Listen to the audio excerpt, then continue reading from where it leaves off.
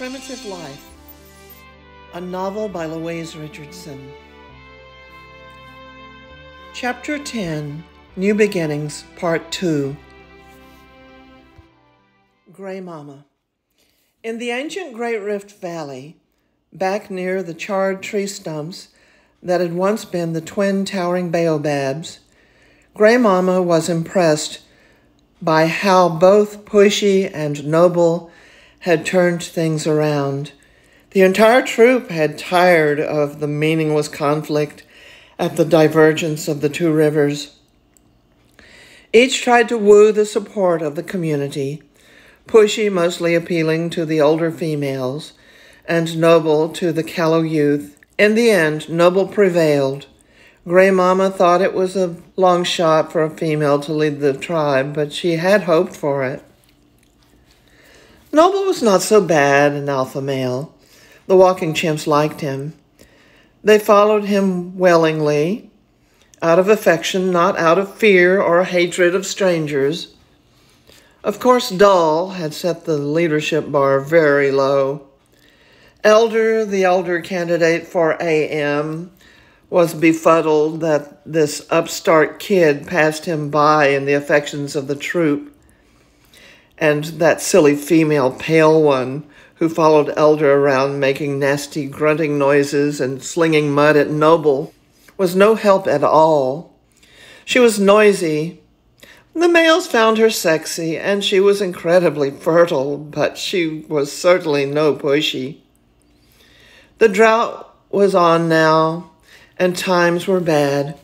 Everyone wanted to put the stupid war behind them and move on to the future. Elder was part of the past.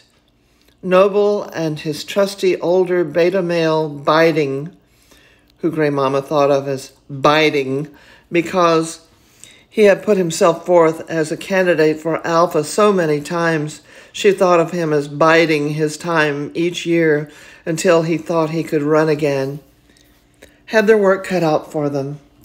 With their beloved landmarks gone, it was time to move on in the Great Rift Valley. The walking chimps, led by Noble and Biting, with Pushy even, as a key member of their team, wandered away from the baobabs. There was nothing for them there any longer. They wandered upstream day by day and week by week, until the trickling river became wider and deeper beneath a showering waterfall. There was still greenery in this place, though the land away from the river was parched. At first, there were few fruits and little green vegetation to be found in their daily foraging runs, but there were also animals killed by the months of famine. Scavengers could always make a living in lean times until the corpses ran out. Meanwhile, the troop could hide from predators under the overhang of the waterfall. Finally, the rains came again, and flowers and tender plants sprung up everywhere.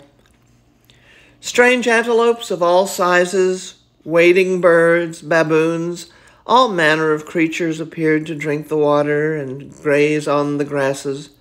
The troop managed to kill more game than ever before, and sometimes feasted on tender shoots and berries and roots.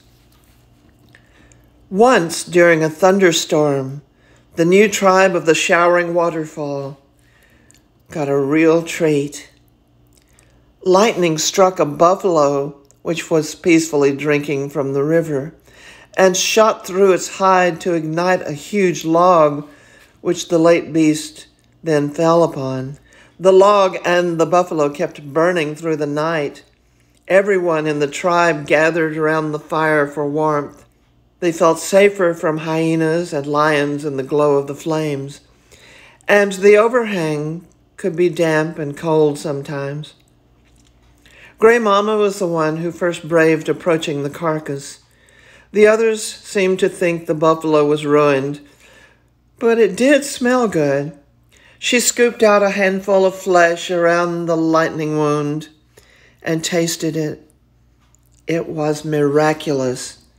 When the others saw her eyes open wide with pleasure, they decided to try the cooked meat themselves. The walking chimps were in ecstasy. A chorus of mmm and ooh sounds filled the night. Lightning, which had destroyed their home under the twin towering baobab trees, was now a giver of food, and such delicious food. Mob psychology being what it was, a religion was born that night. Some of the chimps still held to their old animist beliefs.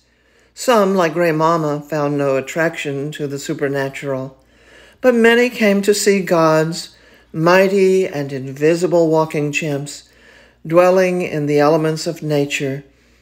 The cooked buffalo provided their communion, and the waterfall was now a sacred waterfall. They were here to stay. End of Chapter 10, New Beginnings. Primitive Life, a novel by Louise Richardson.